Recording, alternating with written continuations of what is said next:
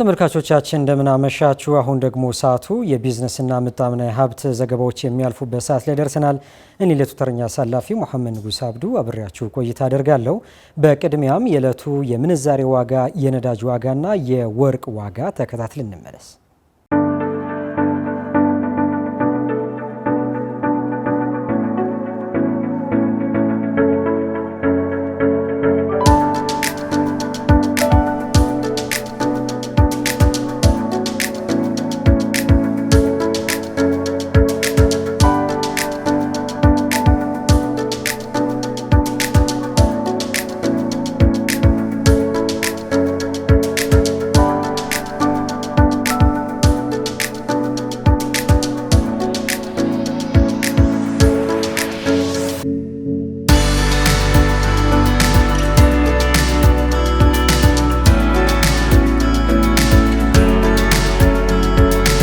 አልፋራጅ ትሬዲንግ ከፍተኛ ጥራት ያላቸውን ምርቶቹ የያዘ የገበያ ማዕከል በኢትዮጵያ አየር መንገድ ከፈተ። ተቋሙ በኢትዮጵያ ስራ ከጀመረ ከ90 ዓመት በላይ መሆኑንም ተነግሯል። ተጨማሪ አለ። በኢትዮጵያ ስራ ከጀመረ 100 ዓመት ሊሞላው ጥቂት የሚባል ዓመታት ቀርተውታል። አልፋራጅ ትሬዲንግ ኃላፊነቱ የተወሰነ የግል ማህበር ከተመሰረተ ጀምሮ በርካታ ሽልማቶችንም ተበርክቶለታል። ለጥራትና ለደንበኞች እርካታ ያለው ቁርጠኝነት በገበያ ላይ እምነት እንዲጣልበትም እንዳስቻለው ይነገራል። በድሬዳዋ የተመሰረተውና በ1965 ወደ አዲስ አበባ የተዘዋወረው አልፋራጅ ከፍተኛ ጥራት ያላቸው ምርቶች እየሸጠ የሚገኝ ሲሆን ከቀረጥ ነጻ አገልግሎት መስጠት ከጀመረ 21 ዓመታትን ማስቆጠሩ የተቋሙ ባለቤትና ስራ አስኪያጅ የሆኑት ሃይድሩስ ሁሴን ሙሐመድ ፈረጅ ከአሻም ጋር በነበራቸው ቆይታ ተናግረዋል።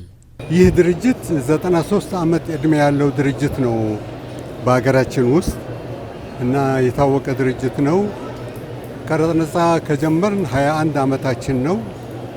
ነገር ግን አገራችን የሚያኮራ እና በኤርፖርቱ ስታንዳርድ እና ለሀገራችን ስም ጥሩ ስም እንዲያደርግ ይህንን ዲዩቲ ፍሪ ከፍተናል። ብዙ ገንዘብ ነው ኢንቨስት ያደረግነው። ዲዛይኑ የተደረገው ጀርመን ሀገር ነው። የሰሩት ጣሊያኖች ናቸው እና ለሀገራችን ኩራት ይመስለኛል። የላቀ ደረጃን የሚያሟሉ ምርቶችና አገልግሎቶችን ለማቅረብ እየሰራ እንደሚገኝ ገልጸው ተቋሙ በመዲናው አዲስ አበባ ቅርንጫፎችን ከፍቶ እንደ ሳሙና፣ የፀጉር ቅባት ውጤቶች፣ ምግቦች፣ ሽቶዎችና አስፈላጊ እቃዎችን እየሸጠ እንደሚገኝም ሃይድሩስ ገልጸዋል። ከተማ ውስጥ ብዙ ሱቆች አሉን። አሁን ለምሳሌ ቦሌ አካባቢ 3 ሱቆች አሉን። አዲዳስ፣ ክላርክስ፣ ሌላ ደግሞ ሽቶና ሰዓት የሚሸጡበት ሂልተን ሱቅ አለን፣ መርካቶም ሱቅ አለን እና በየቦታው ሱቅ አለን። ሽቶዎች፣ ሰዓት፣ አዲዳስ ምርቶች እና ሌላ ልብሶችም አሉ፣ ጌጣጌጥ፣ ሰዓት፣ ብዙ እቃ በኢንተርናሽናል የታወቁ ብራንዶች ነው ያሉ።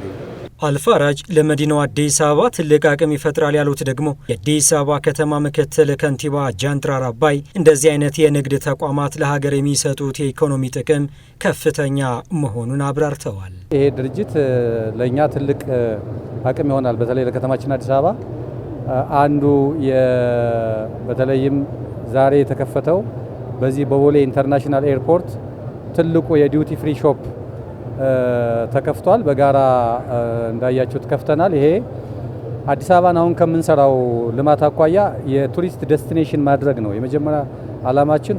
ቱሪስቱ የትራንዚት ሲቲውን እንድታገለግል ብቻ ሳይሆን መቆያ እንድትሆን እንፈልጋለን። ሲቆይ ደግሞ እንደዚህ አይነት ምርቶችን ገብይቶ ለከረንሲ ለከተማችን እንዲያስገኝ ለሀገራችንም ደግሞ ከረንሲ እንዲያስገኝ የሚያደርግ ትልቅ አቅም ስለሆነ በእርግጠኛ ሆኖ መናገር የሚቻለው እንደዚህ አይነት ነገሮች እንዲበዙልን እንፈልጋለን።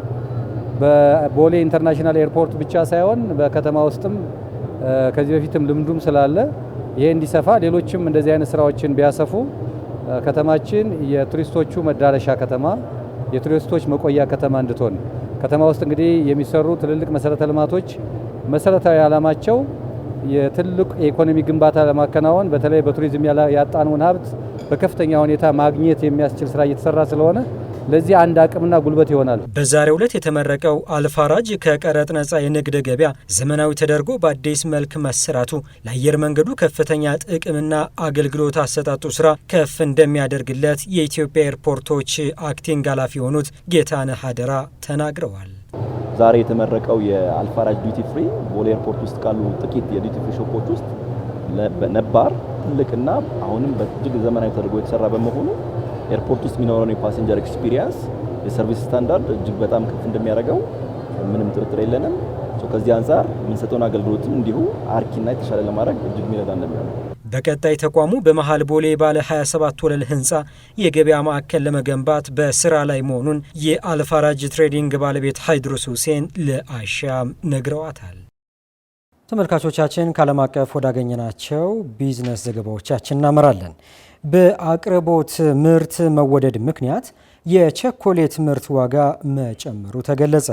የኮኮዋ ዋጋ በከፍተኛ ሁኔታ መጨመሩን በዘርፉ የተሰማሩ የእንግሊዝ ባለሀብቶች ተናግረዋል። የቸኮሌት ምርት ባለፈው ግንቦት ወር በ17.7 በመቶ መጨመሩን ነው ባለሀብቶቹ የገለጹት። ይህን ተከትሎ የቸኮሌት ምርትም በዚህ ወር የ4.4 በመቶ ጭማሪ ማሳየቱ ተዘግቧል። የኮኮዋ ምርት በዚህ ደረጃ ሲወደድ ከ2016 ወዲህ ለመጀመሪያ ጊዜ ነው ተብሏል። ዘገባው የፉድ ኤንድ ድሪንክ ኢንተርናሽናል ነው። የዩናይትድ ስቴትስ ማዕከላዊ ባንክ ሮብ ላይ የወለድ ተመኖችን ቢያስቀጥልም የብድር ወጪዎች አሁንም በ2025 ሊቀንስ እንደሚችል ተጠቆመ።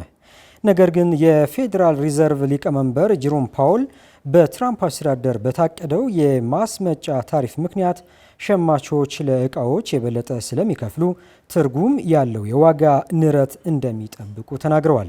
ለ2 ቀናት የፈጀው የአሜሪካ ማዕከላዊ ባንክ ስብሰባ ከላቀ በኋላ በጋዜጣዊ መግለጫው ላይ ፖሊሲ አውጪዎች ለደካማ ኢኮኖሚ እድገት፣ የስራ እጦት መጨመርና የዋጋ ጭማሪ ፈጣን ምላሽ ለመስጠት አጠቃላይ አመለካከታቸውን የቀዘቀዙበት የዋጋ ቅነሳ ምላሽ መስጠታቸውንም የሮይተርስ ዘገባ ያመላክታል። ፓውል እንደተናገሩት የቅርብ ጊዜ የዋጋ ግሽበት ንባቦች በጥሩ ሁኔታ ዝቅተኛ በመሆናቸው የዋጋ ቅነሳዎች በትክክል ሊኖሩ ይችላሉ ብለዋል። ከከፍተኛ የገቢ ግብሮች የዋጋ ግሽበት ምን እንደሆነ ለመረዳት ጥቂት ወራትን ብቻ ከጠበቅን ወይም የሚፈጅ ከሆነ የበለጠ ብልህና የተሻሉ ውሳኔዎችን እናደርጋለን ሲል ፓውል ተናግሯል። ፖሊሲ አውጪዎች የዋጋ ግሽበቱ በቋሚነት ከፍ ሊል ይችላል ወይም የስራ ገበያው ሊዳከም ይችላል የሚል ስጋት ላይ የተለያዩ ግምገማዎች ሊኖራቸው እንደሚችል በዘገባው ተመላክቷል።